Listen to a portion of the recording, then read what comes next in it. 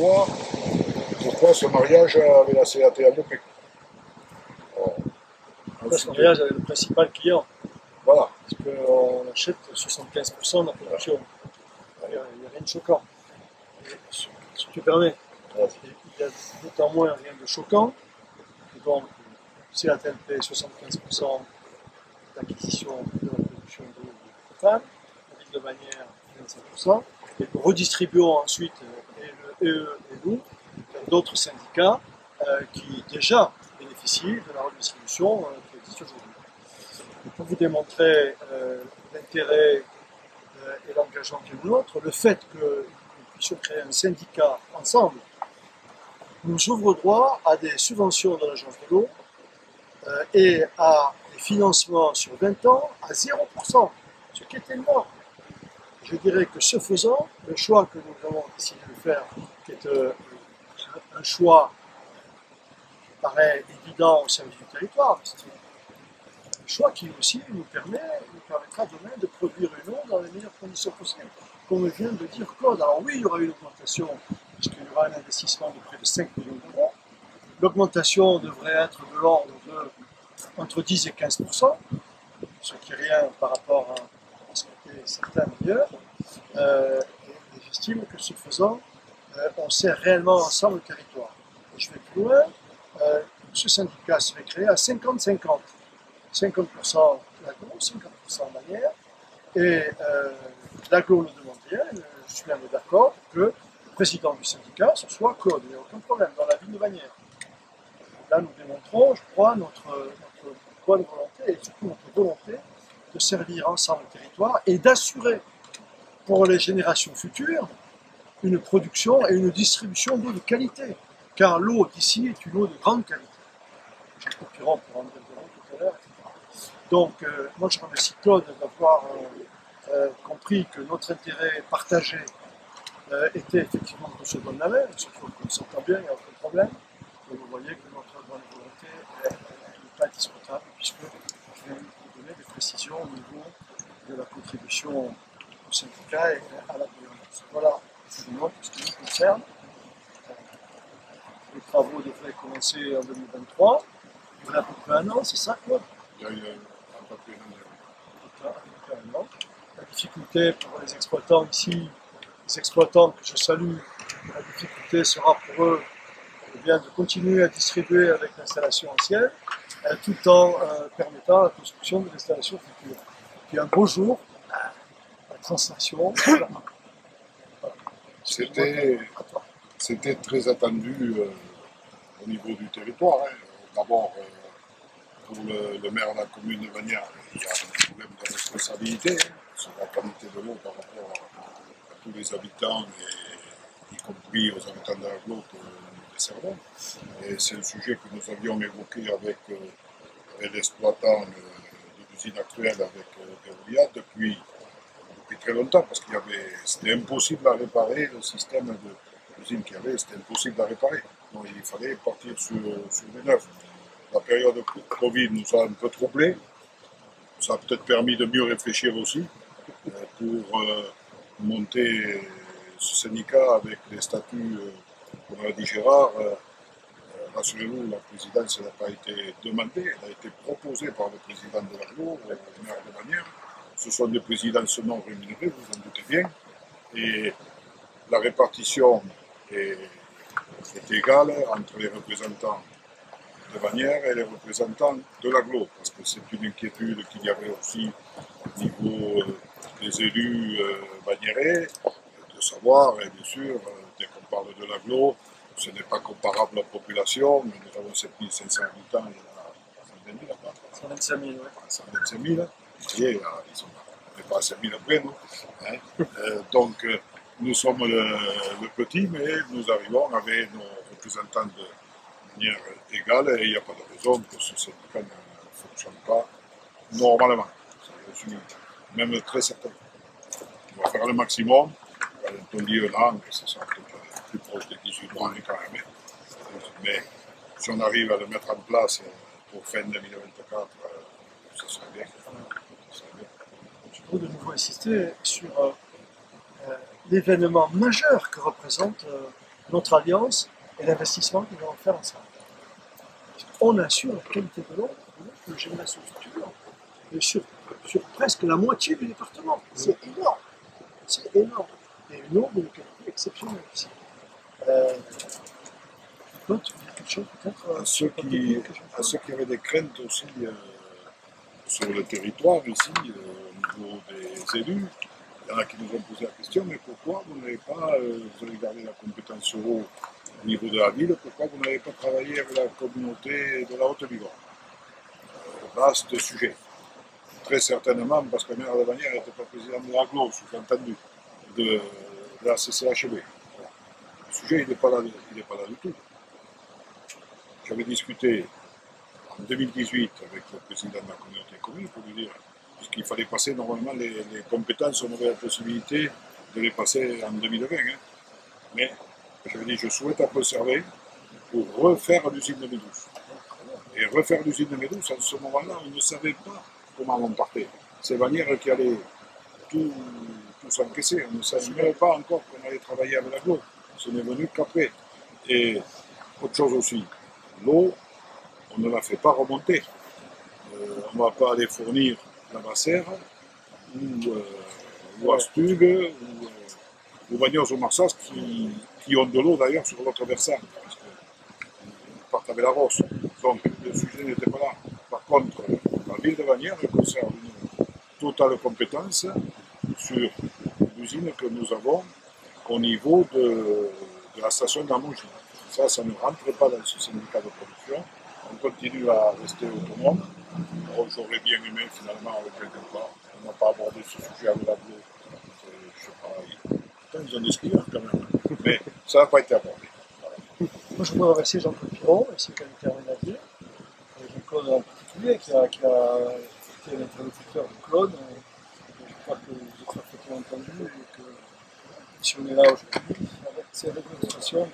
Au départ, nous avions évoqué un mariage de réseau qui s'est transformé en mariage d'amour. Je passe encore quelques années pour ça. Mais c'est vrai que ce qui est important, c'est tout à fait en phase avec ce que vient de dire monsieur le président, monsieur le maire. C'est surtout que là, on va construire un vrai projet de territoire. Parce qu'en fait, cette eau de B12, elle est unique, tout simplement parce qu'elle est exempte complètement de nitrates et de pesticides. Et il faut savoir que dans les années qui viennent, on va se retrouver avec tout le nord du département qui de plus en plus est soumis à des gros problèmes au niveau des pesticides et des nitrates.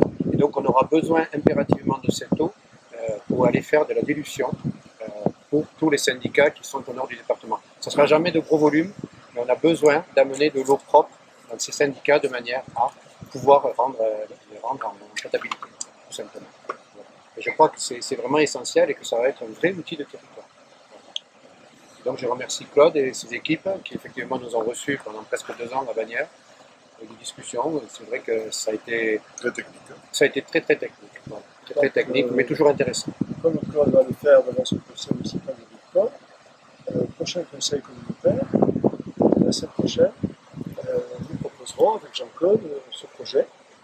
Et bien évidemment, on demandera au conseil communautaire de nous autoriser à participer à la création du syndicat dans les conditions communes. On a souligné que ce soit, je tiens à souligner particulièrement, si vous l'avez dit tous les deux, ces travaux qui ont duré en gros 2 ans, parce qu'au départ on a tâtonné un peu, prévu, puis au niveau des GS, mais les équipes administratives, financières et techniques des 2 collectivités ont parfaitement travaillé ensemble sur des sujets, c'était un moment particulièrement aride.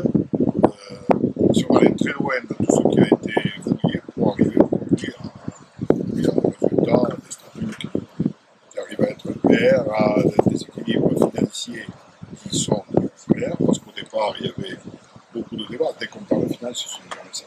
Justement, au niveau du financement, ça sera 50-50 entre les deux ou, Non, c'est le syndicat qui va emprunter, ouais. C'est le syndicat qui va toucher les subventions, et ensuite ce sont les clients qui vont payer l'eau. Et dans le prix de l'eau seront incluses toutes les charges de fonctionnement, y compris les intérêts, un peu, les amortissements de l'investissement. Pour le reste, vous avez noté que investissement sur 20 ans sans intérêt. Donc il nous appartiendra à nous d'aligner l'amortissement comptable, si je peux dire, sur l'amortissement du capital sur les 20 ans. Donc les lots seront donc tous ces charges permettant au syndicat de fonctionner normalement. Mais les subventions, ça serait qui en fait, le département? L'agence de l'eau, Ouais, l'agence de l'eau essentiellement. essentiellement. Le département un peu, Un peu le département. le département un peu. D'accord, département. Et le département, on va le citer, oui, parce qu'il va, par rapport aux communes Ok. rurales, il y sera. Mais ce qu'il faut bien comprendre, c'est en matière d'eau comme en matière d'assainissement, ce sont les usagers qui payent. C'était des budgets, notamment nous, on a le budget annexe. Là, c'est un budget avec le syndicat de production, ça n'a rien à voir avec les impôts qui sont payés par le citoyen pour le fonctionnement C'est l'usager. de la ville, c'est l'usager. Et la région La région, Pas de compétences par rapport à ça. C'est un problème de compétence. Et je crois que ce qui est important, c'est qu'il faut vraiment réaliser que là, aujourd'hui, vous avez des élus qui sont capables de se projeter à 10 ans, 15 ans. On parle de l'eau sous tension. Ce qu'on fait là, on n'est pas à l'échelle d'un mandat et même de deux mandats. C'est-à-dire que l'outil qu'on va fabriquer là, il sera essentiel d'ici 10 ans ou 15 ans. Claude a dit que l'usine actuelle avait 100 ans, Voilà. et à la future, elle aura peut-être 80 ans. Allez savoir. Mais c'est vrai que c'est essentiel. En termes d'usagers, est-ce que vous avez une idée de ce que ça représente sur le territoire qui sera concerné? Non, en gros, on va de Bagnères et on s'arrête à Rolex. Et on prend tout le côté gauche de la ville. D'accord. Tous les villages. C'est presque la moitié. La moitié du département. Oui. Ah oui, on a une population. On est comme jamais. Vous avez fait des études comparatives de l'eau, ici, De par qualité. exemple, de qualité d'eau. La qualité, elle est exceptionnelle ici. Exceptionnelle. Ici, on a- C'est une question de santé publique aussi. Vous êtes c'est pour ça que toujours sur stockage intermédiaire, c'est ça, là. C'est ça, vous êtes toujours sur un mini stockage intermédiaire là, juste. Et ça part après direct, c'est ça. Il est où le technicien? ça Donc, sera, on va peut-être laisser parler le technicien. Alors, La question du stockage intermédiaire. c'est ça, La il y a juste stockage, un mini stockage là. L'usine fabrique de l'eau et derrière le stockage sert de sécurité Oui, et de maintenir le réseau en pression. ouais. Et il y a juste, c'est juste un petit peu chloré, c'est tout. On est bien d'accord. Après, il y a très Il y a peu de tout un choses. traitement qui est fait pour la rendre potable parce que les problèmes sur Médouze, même si elle est de très bonne qualité, on a des Parce problèmes qu'elle de est turbidité. Elle est souterraine quand même. Donc, Non, non, elle arrive plus. elle arrive sur les sources qui sont juste en dessous des grottes. D'accord. Et le problème que l'on a souvent sur Médouze, c'est des problèmes de turbidité. C'est-à-dire que l'eau est trouble. Donc c'est pour ça qu'on est des fois limite, c'est pour ça qu'il faut refaire l'usine. Et sinon, en principe, la production va venir se stocker ici et on va recréer sous la future usine un deuxième bassin de stockage, un deuxième réservoir de 2000 litres également pour doubler la capacité de la sécurité. D'accord. Et après, ça part en direct, ça longe la Dour, on est bien d'accord. 2000 mètres cubes, 30, merci.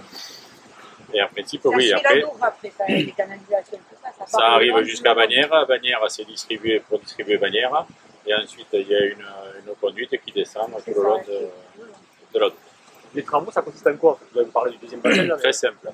Dans toute cette place-là, plus le terrain à côté, on va créer une nouvelle usine qui va permettre de laisser continuer celle-là et continuer à alimenter à nous les usagers. Une fois que celle-là sera construite, on la mettra en service. pour améliorer le système de filtration de l'eau. Oui, exactement. Et surtout assurer la pérennité, parce que Voilà. l'usine actuelle à 100 ans, elle peut craquer à 3 ans, hein, comme on a dit. Il y a même des problèmes de sécurité où on a, comme on dit, réparé à D'accord. un petit coup, sans Des commentaire. bétons de travail. Non, mais il y a également le fait que cette usine a 80 de 100 ans. Et 100 ans, les normes ont changé. C'est la même configuration que vous allez recréer. Oui, à sauf ce que la niveau-là. filtration Avec sera un peu des- plus avec moderne. des systèmes comme ça, dedans. La filtration sera plus moderne et elle sera fermée pour éviter d'avoir des pollutions atmosphériques ou peut-être des agressions physiques. Ouais. Ça va Ah être oui, un oui, truc c'est de vrai. déjeuner à table en nuit, C'est vrai. avec une bouteille d'eau de table qui était excellente. Il y a une source qui est en amont des grottes. L'eau, elle est captée par des griffons au niveau de Campan. Et ensuite, il y a deux sorties, Argados, qui se trouvent un peu après le pont d'Asté, à droite Argados, la source d'Argados. Et il y a la source de Hunt Negro, qui sort en dessous qui est récupérée en dessous des grottes de Méduse. Et on capte ces deux sources, et avec ces deux sources, on alimente l'usine en eau brute. Cette eau, après, elle est filtrée, et elle sort